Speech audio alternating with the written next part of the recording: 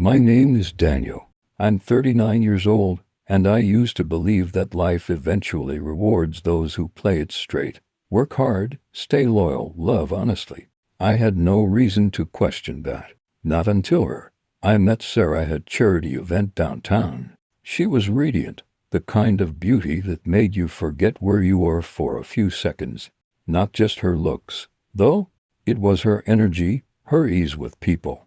She had that rare ability to make you feel seen. For a man who'd spent most of his life behind spreadsheets and muted office walls, she was a shock of color I didn't know I needed.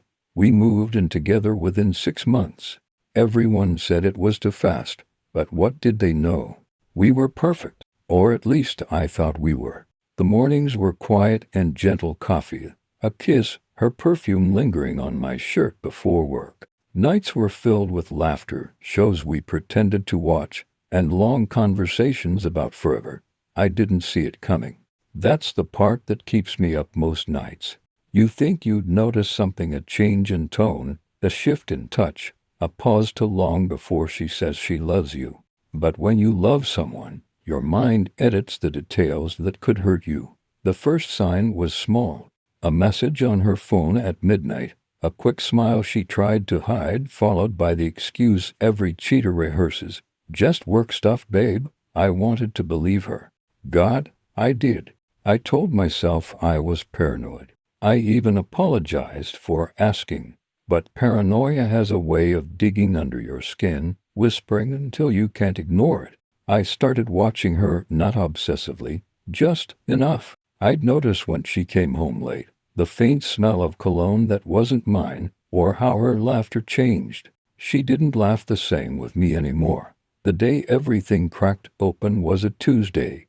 I left work early because I'd forgotten a report at home.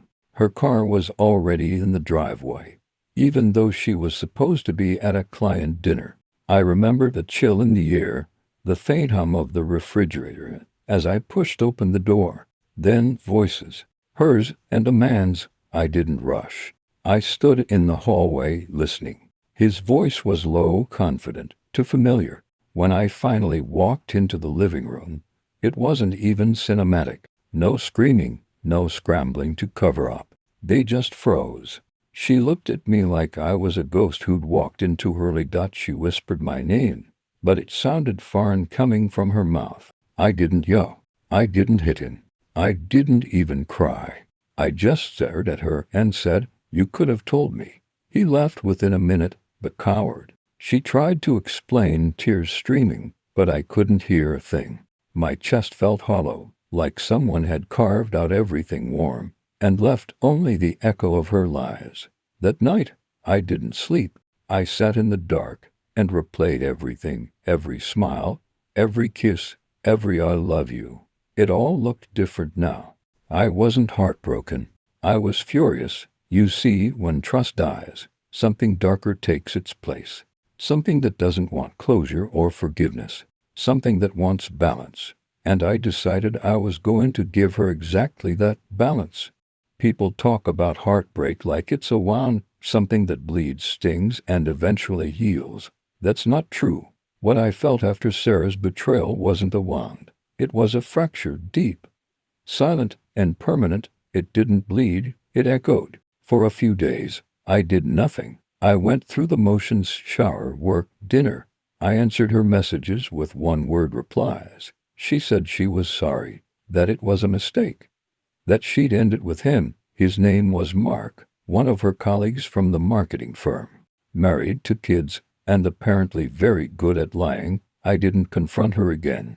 Not yet, because anger, if you let it cool, becomes precision. I started gathering pieces.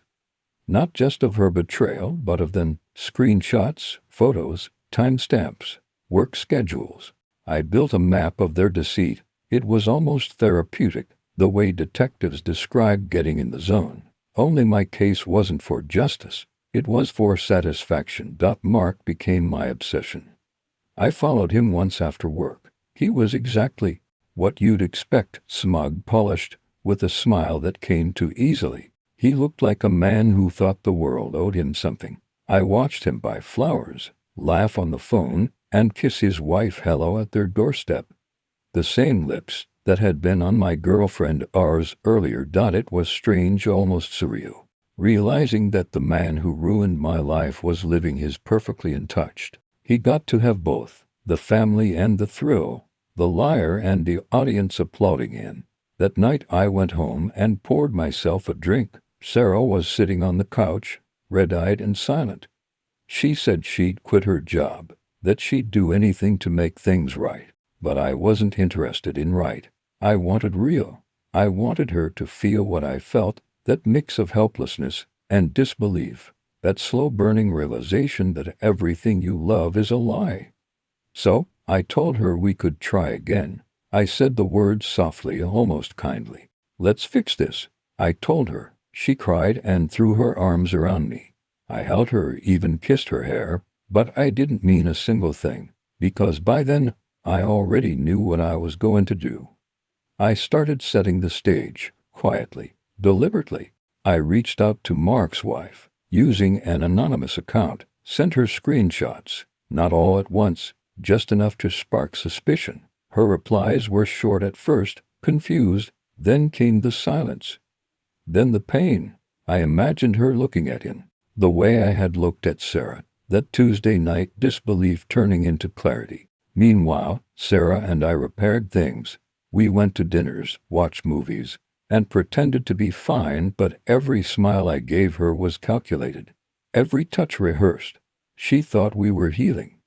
In truth, I was building. I wanted her to trust me again, to lean on me, to believe, just for a moment, that I'd forgiven her. Because when someone thinks they've been forgiven, that's when they truly let their guard down.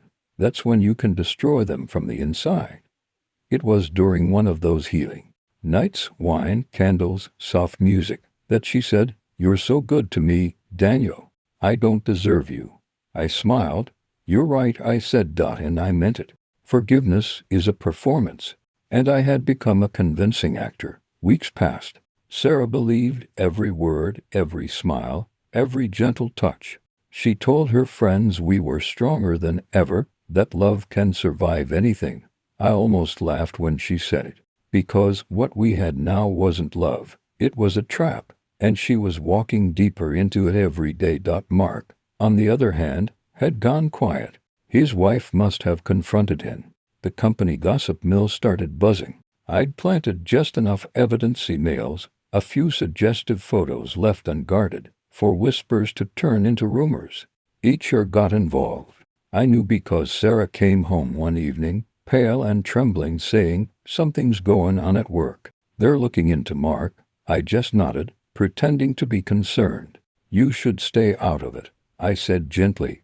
"You don't need more stress." She kissed my cheek, grateful for my understanding. If only she knew I was the architect behind her new nightmare. But here's the strange thing about revenge: it changes shape as you feed it. What started as anger turned into something colder, sharper. I didn't just want her to hurt. I wanted her to understand what she'd done to me, to feel the ground disappear under her feet. So I started manipulating the details, the kind of psychological sabotage that's invisible until it's too late. Her phone began acting up, messages disappearing, notifications appearing at odd hours. She thought it was a glitch. I knew better. I had access. I'd installed spyware on her laptop weeks ago. I could see everything, her emails, her deleted drafts, even the half-typed messages she never sent. She was cracking. I saw it in her eyes, that nervous flicker when I asked simple questions like, "Rough day?" or "Anyone call you from work?" Her voice trembled, her hand shook. She started losing sleep, talking to herself in the kitchen at night. Mark's life, meanwhile, was collapsing. His wife left him. The company suspended him pending an internal investigation. His reputation was shredded. Sarah stopped hearing from him altogether. And when she did, a single desperate text, she deleted it in front of me, swearing she was done with him forever. I told her I believed her, but the truth was, I wasn't done. Not yet. One night, while she slept, I opened her phone and sent Mark a message pretending to be her. "I can't live like this anymore.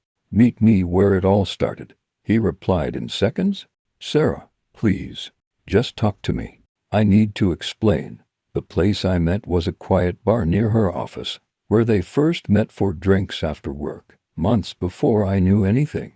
I waited there the next evening, sitting in the back, hidden by shadows. He arrived first, nervous, scanning the room. He looked smaller than I remembered, tired, desperate. He ordered a drink. Then another. Sarah never came. She didn't even know she'd been invited. I did, though. I sat there for an hour, watching him spiral, his hands shaking as he checked his phone again and again. When I finally stood up and walked past him, I left a folded piece of paper on the bar. No words, just a photo, one of him and Sarah from the night I caught them together. By the time he opened it, I was already outside, watching through the window. The look on his face was indescribable. That's when I realized something. Revenge doesn't heal you. It feeds you. And once you start, you can't stop.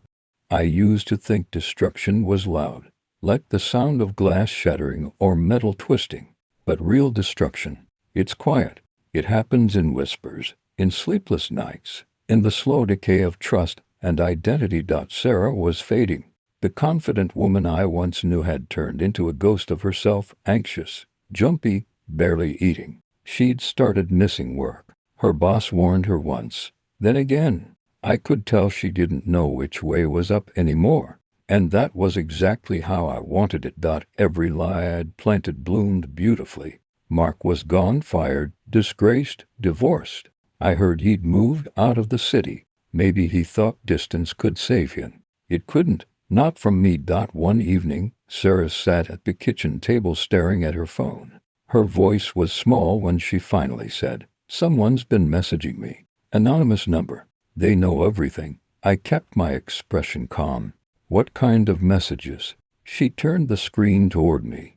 There were photos of her and Mark, ones I'd taken the night everything fell apart. Each message was a single word: liar, traitor, whore. She was shaking, her knuckles white as she held the phone. Why would someone do this to me? I looked her straight in the eye and said softly, "Maybe it's karma." That night, she cried herself to sleep while I sat in the living room, listening to the rain. I don't know if it was guilt or satisfaction I felt, probably both. But it didn't matter anymore. There was no turning back. The next day, I went to her office building. Not inside, just across the street, watching from my car. She arrived late, makeup smudged, moving like a woman walking through fog. Around noon, two security guards escorted her out. Her face was blank, her steps unsteady, fired. Just like that. Once she came home, she didn't say a word. She just sat on the edge of the bed, staring at the floor. The silence between us stretched so long it felt like another presence in the room. Then, finally, she whispered, "Did you do this to me?" I didn't answer. She looked up, tears in her eyes. "Please tell me you didn't." And I did what I'd been waiting to do for months. I told her the truth. Every detail. Every lie I'd fed her. Every trap she'd fallen into. I told her about the spyware, the photos, the messages. About Mark. About how I'd made sure she lost her job, her friends, her peace. She didn't scream. She didn't hit me. She just sat there, frozen. And when she finally spoke, her voice was so quiet I almost didn't hear it. "You've become worse than us." I laughed, a short, bitter sound. "No, I just became what you made me." She stood up and walked toward the door, barefoot, trembling. "I hope you can live with yourself," she said. Then she left. I didn't stop her. I just watched her go. That night, I poured myself a drink and waited for the rush. That sweet, intoxicating satisfaction of victory. But it didn't come. Instead, the house felt colder, empty. The silence was heavier. And for the first time since it all began, I wondered if maybe I'd destroyed something I couldn't rebuild. Not her, not Mark, but myself. It's strange how quiet life becomes after the storm. No more shouting, no more tears, no more plans to destroy or deceive. Just silence. The kind that eats away at you from the inside. Weeks passed after Sarah left. The apartment still smelled faintly of her perfume, the ghost of lavender clinging to the sheets. I told myself it didn't bother me that I'd won, that justice had been served. But every time I closed my eyes, I saw her face the night I told her the truth, the disbelief, the heartbreak, the pity. That last one, pity, was what I couldn't forgive. One evening, I opened the box where I'd kept everything, the phone logs, the screenshots, the photos, the USB drive with the recordings, my trophies, proof of what she and Mark had done, proof that I'd beaten them. I thought about deleting it all, starting over, but then I laughed because start over with what? I'd burned everything that made me human. Then something unexpected happened. A letter arrived, handwritten, no return address. It was from Sarah. "You got what you wanted," she wrote. "You took everything from me, and maybe I deserved it. But if there's anything left of the man I loved, I hope he realizes that revenge doesn't rebuild what's broken, it only spreads the cracks. I don't hate you. I just wish you'd let go. No accusations, no anger. Just words that hit harder than any punishment I could imagine."